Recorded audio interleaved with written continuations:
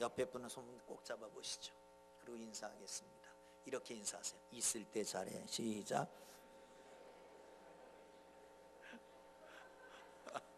있을 때 잘하십시오. 옆에 있을 때. 중세의 산중 높은 곳에 위치한 어느 봉쇄된 수도원이 있었습니다. 아침 새벽 일찍 녹화하는 소리가 들려서 밖에 나갔더니 중년 신사가 문을 두드리고 있었습니다. 누구를 찾습니까? 예, 저는 평화를 찾습니다. 이 사람이 누군가 하면 신곡을 지었던 단테라고 하는 분입니다. 그분이 유명한 명작인 신곡에 다음과 같은 서술을 하고 있습니다.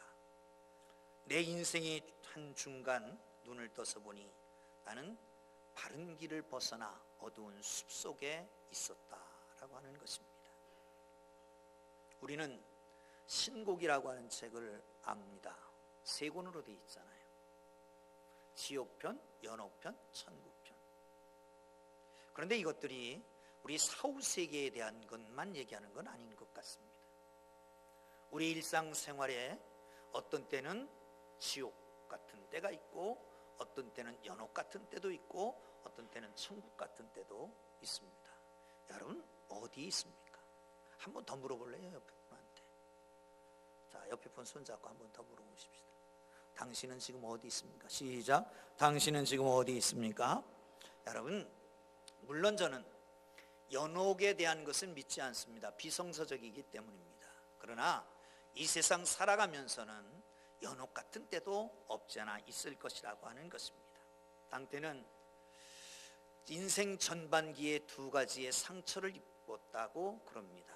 첫째는 9살 난 소년이 영혼의 창에 사랑의 불을 지핀 한 소녀의 이야기입니다. 너무도 잘 아는 베아트리체 얘기죠. 9년 후에 다시 보지만 24살에 이 베아트리체가 세상을 떠납니다. 단테는 이룰 수 없는 사랑의 운명이 그를 버렸다라고 생각을 합니다. 또 하나는 젊은 시절 정치에 입문했다가 정쟁의 소용돌이 속에 휘말려서 결국 그의 고향 피렌체를 떠나게 됩니다. 그는 그렇게 생각합니다. 고향이 나를 버렸다.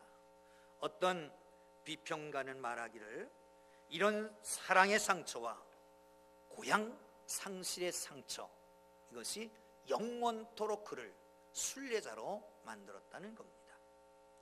43살이 돼서 영혼의 진정한 평화를 찾기 위해서 붓을 들게 됩니다. 13년간에 걸친 신곡의 드라마를 쓰게 되지요.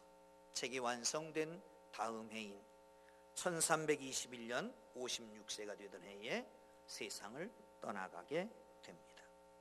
물론 베아트리체의 영혼이 인도한 주님의 품 안에서 평안을 발견했다라고 말을 하지만 진정한 평안은 어디 있습니까?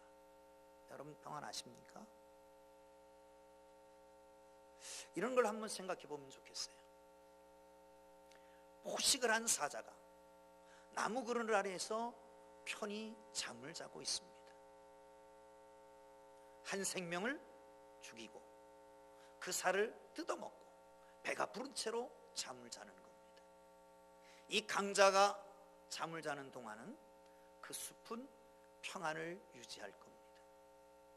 이런 평안. 또 하나의 평안이 있습니다. 평화로운 따뜻한 봄날, 온갖 꽃이 흐드러지게 만발한 꽃동산에 햇빛도 좋고 향기도 좋은 평안해 보입니다. 거기에 벌이 윙윙거리고 날아다닙니다. 그리고 나비가 하늘하늘 날아다닙니다. 그런데 가만히 보면 거기에도 생존 경쟁은 계속됩니다. 윙윙 날아다니는 벌과 나비는 날아다니면서 꿀을 모으고 그리고 화분을 모아 드립니다. 그런데 그렇게 하면서 꽃은 열매를 맺게 됩니다. 여러분, 이 두 가지의 상황 속의 진정한 평화는 어떤 것이라고 생각합니까? 한 생명의 한 사람의 운명은 어떤 나라에 속해 있느냐가 굉장히 중요합니다. 영적인 것도 마찬가지입니다. 우리의 죄와 사망은 사단과 악한 영의 존재가 지배하는 나라의 본질입니다. 즉 모든 고통과 죽음은 이 나라에 속해 있기 때문입니다. 그런데 놀랍게도 또 하나의 나라가 있습니다. 이 나라는 생명의 나라, 평안의 나라입니다. 그 나라는 하나님이 왕이 되신 나라입니다. 하나님께서 이 죽음과 공포와 두려움의 나라를 파괴하고 거기에 하나님 나라를 세우십니다. 그게 평화의 나라입니다. 예수 그리스도의 나라인 것을 믿으시기를 축원합니다. 이 일을 위해서 예수 그리스도께서 오셨습니다. 그것이 바로 대림절의 의미인 것을 믿으시기를 축원합니다. 할렐루야. 예수님이 오시기 전 700여 년 전에 이사야라고 하는 사람이 예언을 합니다. 물론 국제 정세가 좋지 않았습니다. 그 아버지는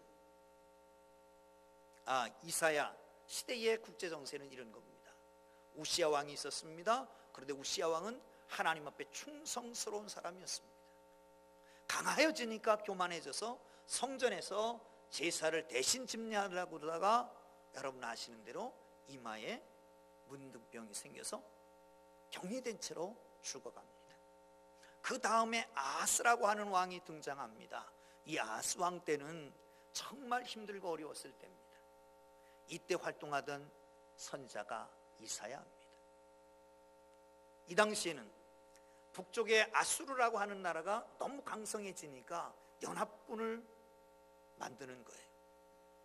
북이스라엘과 아람이, 그리고 유다도 함께 하자고 하는 거죠.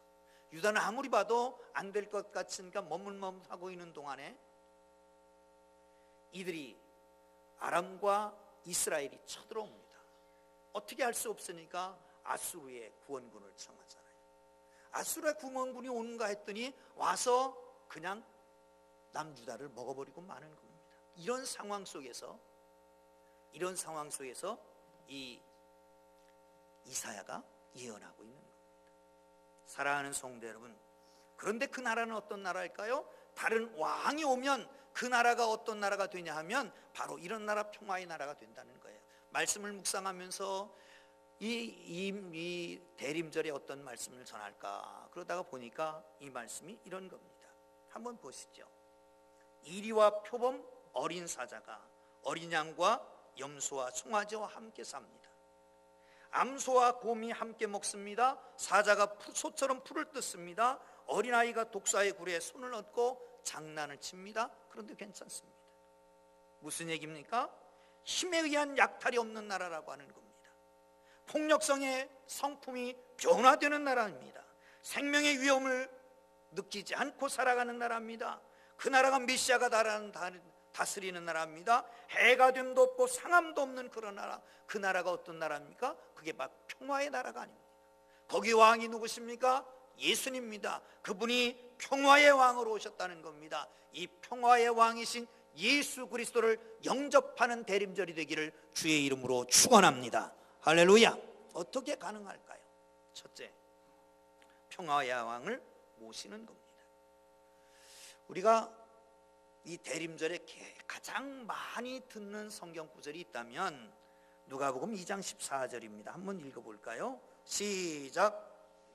다시 시작. 지극히 높은 곳에서는 하나님께 영광이요 땅에서는 하나님이 기뻐하신 사람들 중에 평화로다. 아멘. 천사들이 하는 노래입니다. 하늘에서는 영광, 땅에서는 기뻐하심을 입은 사람들 중에 평화. 기뻐하심을 입은 사람들은 누구일까요? 하나님의 선하신 돌보심에 의한 사람들입니다. 이 사람들은 누구일까요? 특별히 구별된 사람이 아니라 모든 이스라엘 사람들을 전부 다를 얘기합니다. 그렇다면 이 하나님의 기뻐하심을 입은 사람들 우리 모두인 것을 믿으시기를 축원합니다. 그들에게 하나님이 평화를 주신다는 겁니다. 그런데 여러분, 평화의 하나님의 평화, 말장난 같지만 평화의 하나님이 더 귀합니까? 아니면 하나님의 평화가 더 귀합니까? 헷갈리죠? 평화의 하나님이 더 귀합니까? 하나님의 평화가 더 귀합니까? 헷갈리죠? 저도 헷갈립니다. 근데 이것은 이렇게 보면 됩니다. 하나님의 평화라고 하는 것은 하나님이 주신 평화입니다. 평화의 하나님은 하나님 자체가 평화라는 거예요. 여러분, 하나님이 주신 평안으로 평화하는 것은 얼마 오래가지 않습니다. 하나님의 평화는 오래가지 않습니다. 그러나 하나님 자체가 평화의 하나님을 우리가 영접하면 우리 속에 영원토록 평안하게 되는 것을 믿으시기를 축원합니다. 그 하나님을 영접하시기를 주님 이름으로 축원합니다. 여러분, 예수님이 오시기 전에는 사실 그렇습니다. 성전의 예루살렘 성전, 헤롯 성전의 평면도를 보면 이렇죠. 한번 보여주실래요? 잘 보이지 않지만 제단이 있고요, 거기에 제사장의 뜰이 있고요, 이스라엘 백성들이 가는 뜰이 있습니다. 여인의 뜰이 있고요, 그리고 담이 있고요. 담빛이 바로 이방인의 뜰입니다. 그런데 고고학자들이 당시의 성전터를 발굴하면서 실제적으로 문구 하나를 발견하게 됐답니다. 라틴어와 그리스어로 써있는 이 문구에는 이렇게 써 있었답니다. 어떤 외국인도 이곳을 지나 회랑 축대나 난간 안으로 향하지 말지니 이를 위반하고 잡히는 자는 죽음으로 다스릴 것이니라. 담이 있습니다. 넘어가는 순간 죽는 것입니다. 그런데 예수님이 오셨습니다. 예수님이 오신 다음에 그 공동체 안에는 담이 생기질 않았습니다. 유대인과 이방인 모두 남녀노소가 함께 그곳에서 하나님을 찬양하고 경배하고 거기에서 평화를 누리게 됐던 것을 믿으시기를 축원합니다. 할렐루야. 그런데 여러분, 아직도 믿는 사람들 속에 이 평화가 깨져 있는 경우가 많습니다. 로버트 루이스 스티븐슨이라고 하는 분이 이 세상에 일어난 별난 일들이라고 하는 것들을 편찬해서 기록해 놓은 백과사전 비슷한 것에 보면 이런 얘기가 있습니다. 영국 스코틀랜드에 두 자매가 한 아파트에 살고 있었습니다. 독신을 주장하는, 독신으로 살고 있는 나이가 많이 든 이 노처녀들이 교회 갔다 온 다음에 논쟁이 됐습니다. 그 논쟁의 내용은 삼위일체에 대한 논쟁입니다. 삼위일체 논쟁은 사실은 끝이 없는 건데 결국은 삼위일체 논쟁하다가 두 사이가 좋아지질 않았습니다. 그 순간 양쪽 침대 사이에 금을 긋습니다. 거실에도 금을 긋고 그리고 화장실에도 금을 긋고 평생 그렇게 살다가 따로따로 죽었다는 얘기입니다. 사랑하는 성도 여러분, 평화의 하나님이 오셨는데 그런데 평화가 깨진 상태에 살아가는 거예요. 예수님이 왜 오셨습니까? 하늘에는 영광, 땅에서는 기뻐하심을 입은 사람들 중에 평화를 주시기에 오셨습니다. 예수님이 왜 십자가를 지셨습니까? 에베소 2장 14절에 보면 그는 우리의 평화이신지라 둘로 하나를 만드사 원수된 것 곧 중간에 막힌 담을 자기의 육체로 허시고 자기의 육체 예수 그리스도의 육체로 십자가에 못 박으심으로 말미암아 이 막힌 담을 허신 것을 믿으시기를 축원합니다. 사랑하는 성도 여러분, 평화를 여러분에게 주시기를 주의 이름으로 축원합니다. 하나님의 평안이 여러분에게 함께하기를 주의 이름으로 축원합니다. 진정한 평안은 어디 있을까요? 한 돈도 많고 명예도 있고 그러나 마음의 평화가 없는 회의론자가 하루는 길을 가다가 가난한 농부 하나를 만났습니다.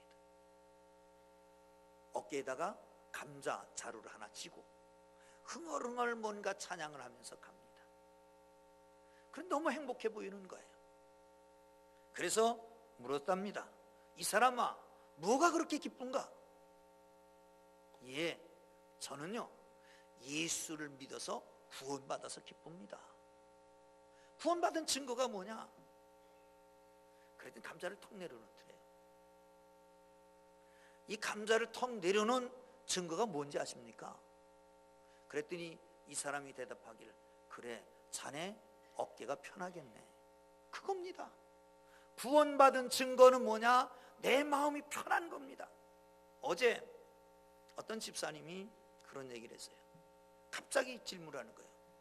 목사님, 믿음의 반대는 뭐죠? 갑자기 그렇게 질문하면 제가 어떻게 대답하겠어요? 의심? 내지는 미움? 다 동원해도 되겠는데 뭔가 대답하기가 어렵더라고요. 그래서 머뭇머뭇하고 있는데, 믿음의 반대는 불안한 겁니다. 믿음의 반대는 걱정, 근심입니다. 그렇게 말하더라고요. 맞는 것 같아요. 사랑하는 성도 여러분, 평안의 반대는 뭘까요? 그거는 구원받지 못한 인생입니다. 주님을 만나고 구원받은 사람은 그 마음에 평안이 넘칩니다. 그 평안이 여러분의 것이 되기를 주의 이름으로 축원합니다. 그를 위해서 예수님이 오셨단 말이죠. 할렐루야, 할렐루야. 두 번째는 이제 전해야 합니다. 고린도후서 5장 18절을 보겠습니다.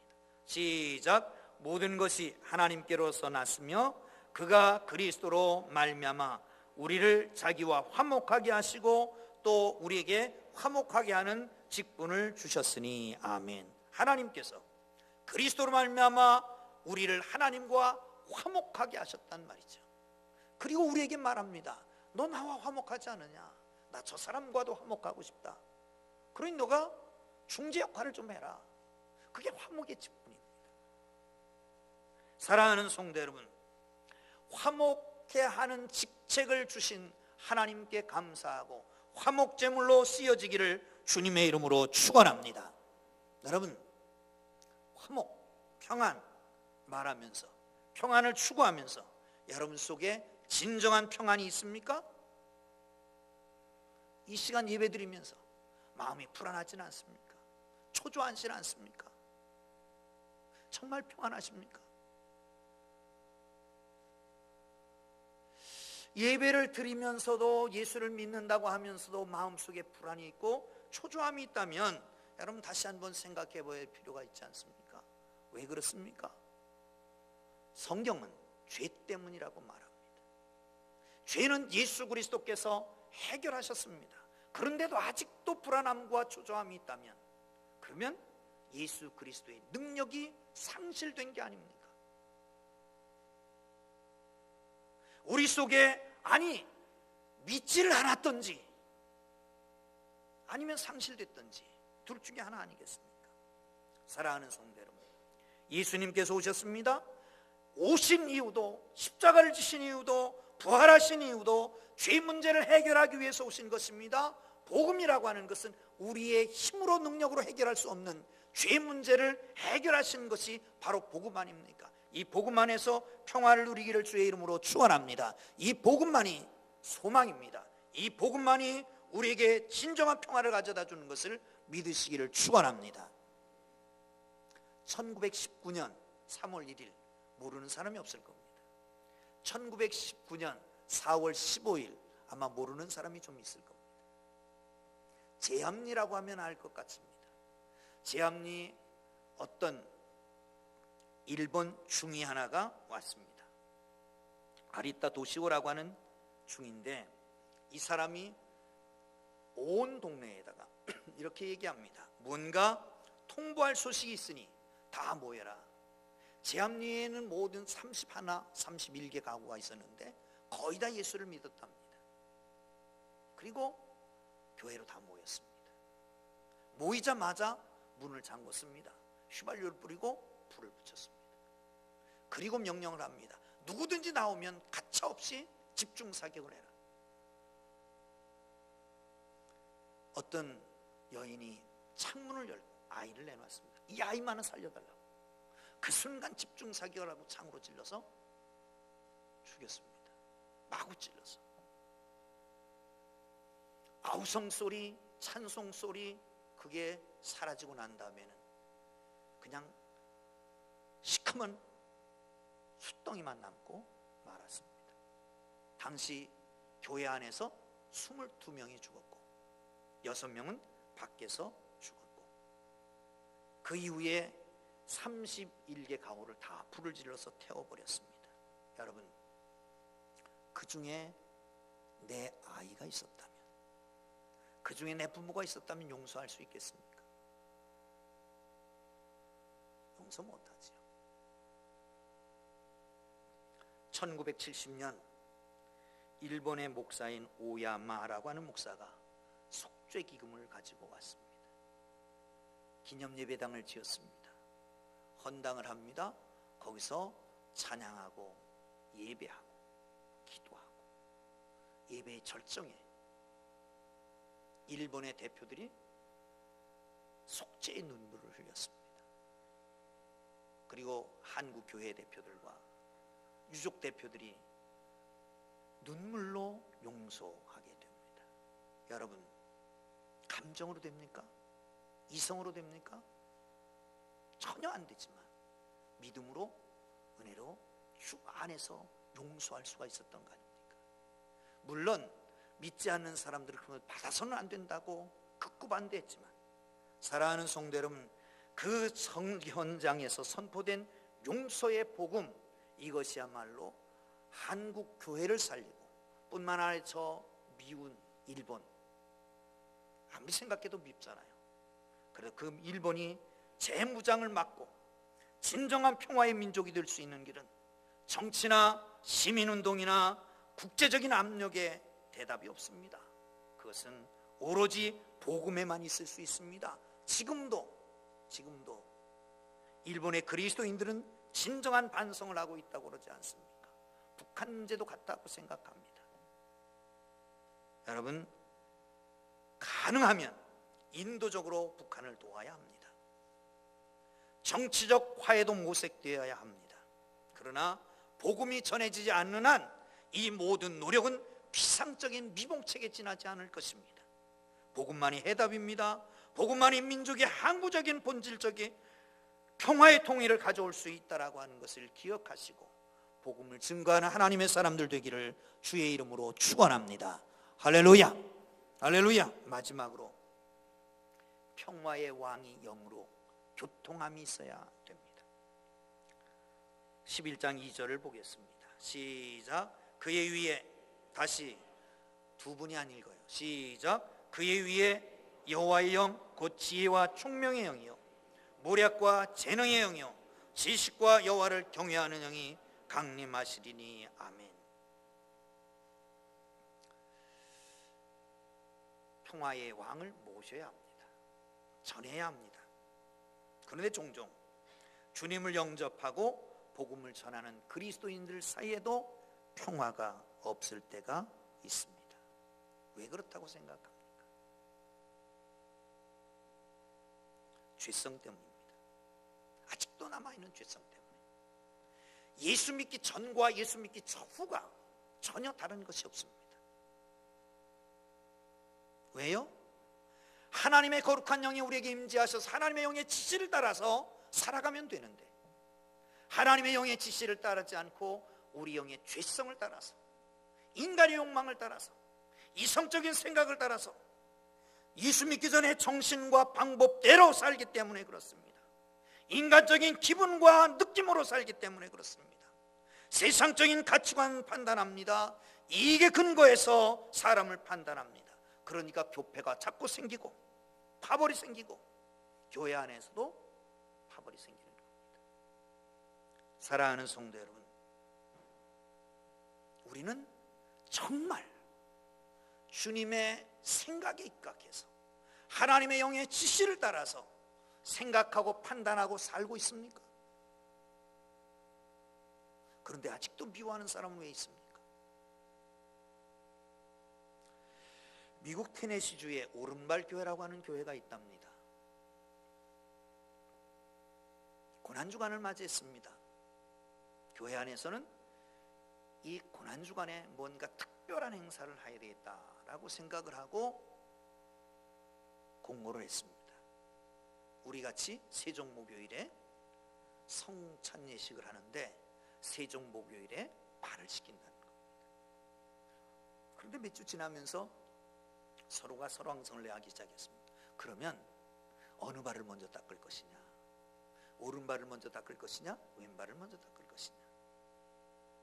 성경이 있어요, 없어요? 없어요. 그런데 아마도 목사님이 오른손 제비였던가 봅니다. 그러니까 딱 앉으면 오른손 제비니까 오른쪽에 왼발이 있으니까 왼발 먼저 닦았다는 것 같아요. 그러니까 오른발을 먼저 닦아야 된다라고 하는 사람이 나가서 교회를 개척했대요. 그 교회 이름이 오른발 교회래요. 여러분, 불가능은 없다고 호기를 부리던 영웅 나폴레옹이 한창 득세했을 때 한 부하가 질문을 했답니다. 장군님 가장 두려울 때는 언제입니까? 의외의 말을 했답니다. 나는 말이야 가장 두려울 때가 언제냐면 이발사가 면도를 하면서 면도날로 목을 쓱 긁을 때. 여러분 무섭지 않습니까? 그 순간 탁 채면 가는 거예요. 그래서 내 부하에게 그 이발사의 아들을 붙잡고 있게 했어. 만약 여기를 긁으면 아이를 목 졸라 그 순간 죽이는 거예요. 그러니까 걱정 안 하고 이발을 하는 거예요. 그게 평화입니까? 긴장이지, 긴장. 여러분, 우리 속에 긴장이 있어요. 겉으로는 평안한 것 같은데 긴장함이 있어요. 혹시 나에게 무슨 해코지를 할까? 기분 좋지 않은 말을 할까?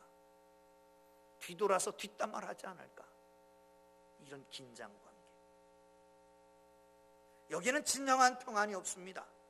사랑하는 성도 여러분, 날마다 팽팽한 긴장 속에 살아가고 있는 우리. 그런데 사실 보면 힘과 권력으로 얻는 거 없습니다. 성경이 뭐라고 말합니까? 힘으로, 권력으로, 능력으로 땅을 차지하는 게 아니라 뭘로 차지한다고요? 온유한 자는 복이 있나니 땅을 기업으로 받을 것입니다. 사랑하는 성도 여러분, 그렇습니다. 온유한 자가 복이 있습니다. 그런데 가만히 보면 화평도 성령의 열매고 온유도 성령의 열매예요. 성령으로 교통할 때,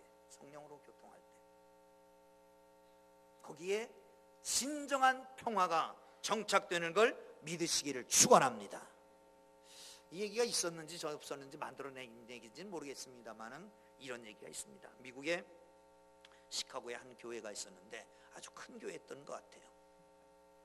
교회 학교 아이들 버스로 이렇게 데려오게 되는데 버스마다 선생님이 책임자로 탑니다.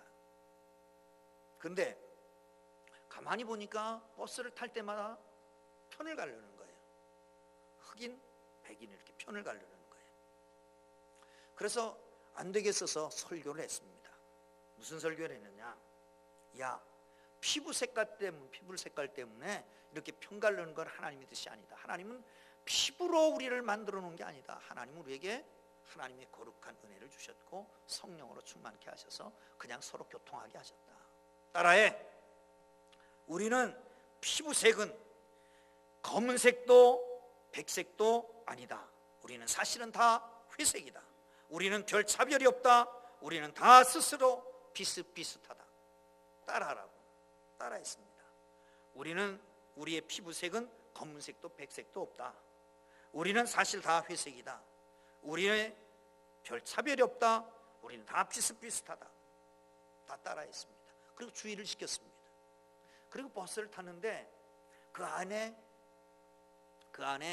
학생들, 아이들 중에 대장격 되는 아이가 뭔가 교통정리를 하고 있더래요. 가만히 들어봤더니 이러더래요. 밝은 회색 이쪽, 어두운 회색 저쪽. 그렇게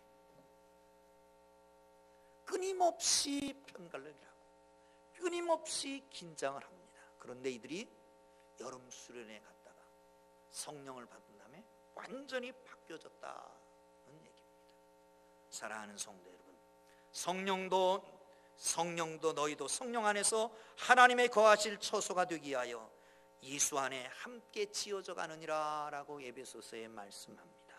사랑하는 성도 여러분, 우리에게 아직도 불안함이 있으면, 아직도 긴장이 있으면, 아직도 남을 재고 있으면, 아직도 남을 판단하고 있다면 하나님의 성령의 교통하심이 부족한 거예요. 축도를 할 때 그렇게 합니다. 예수 그리스도의 은혜와 하나님의 사랑하심과 성령의 감화, 감동, 축복 다 한 말에도 교통이 빠지면 안 됩니다. 그래서 고린도후서 13장 13절에는 그렇게 하잖아요. 맨 마지막에 성령의 교통하심이라고 말하잖아요. 사랑하는 성도 여러분, 성령의 교통하심이 있어야 됩니다. 성령의 충만을 받고 한 성령으로 하나 되는 놀라운 은혜가 있어서 주 안에 평강이 여러분 모두에게 있기를 주의 이름으로 축원합니다. 할렐루야. 여러분, 우리의 모든 문제는, 남북의 문제도, 가정의 문제도, 이웃과의 문제도, 교회 문제도, 교단의 문제도, 모든 것이 어디 있습니까? 화평하지 못한 데 있습니다. 평화의 하나님께서 오셨습니다. 그 평화의 하나님을 모시고 평화의 하나님을 전하며 하나님의 거룩한 성령으로 교통하기를 주의 이름으로 축원합니다. 할렐루야. 기도하겠습니다. 거룩하신 하나님,